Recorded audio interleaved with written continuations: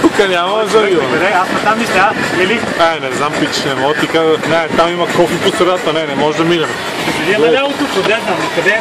Карай направо към ниското. Да, карай където можеш, там нататъка не можеш да се кара.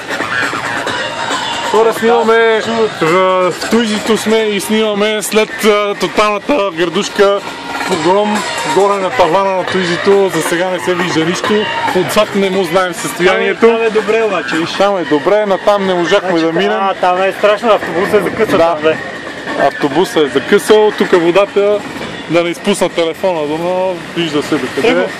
Тръгвай! На където можеш, карай.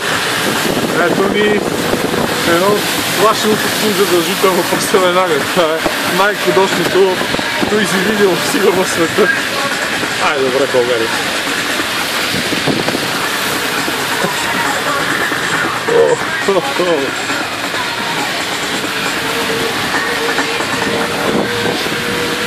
Тук по уличките да не завирам, нали? Аз тук гледам и не става. Майкам черковна, тя е под таклона, ама то, примерно, в основата и ще... Снимай. Ето това е преживяване при едно Туизи, каквото не съм си представил, че ще имам въобще.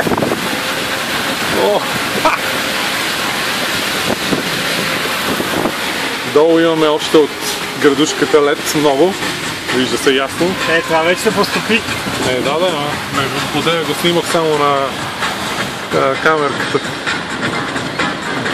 на снимка. Мога да скиша на това. И мушкай се, да, тук си ти.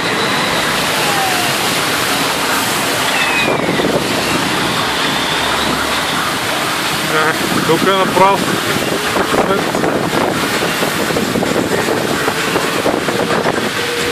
Поне там беше.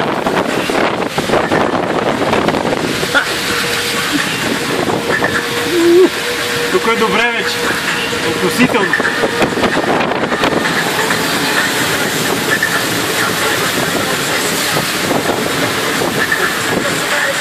Сега по оборище... Оборище би трябвало да е окей. Също горната част тук ще е окей, надолу там не знам.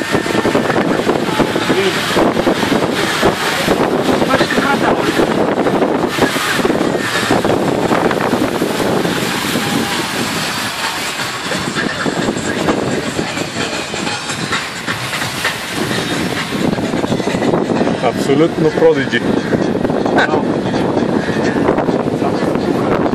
Обаче се върна топлия вятър и така, беше станало много студено.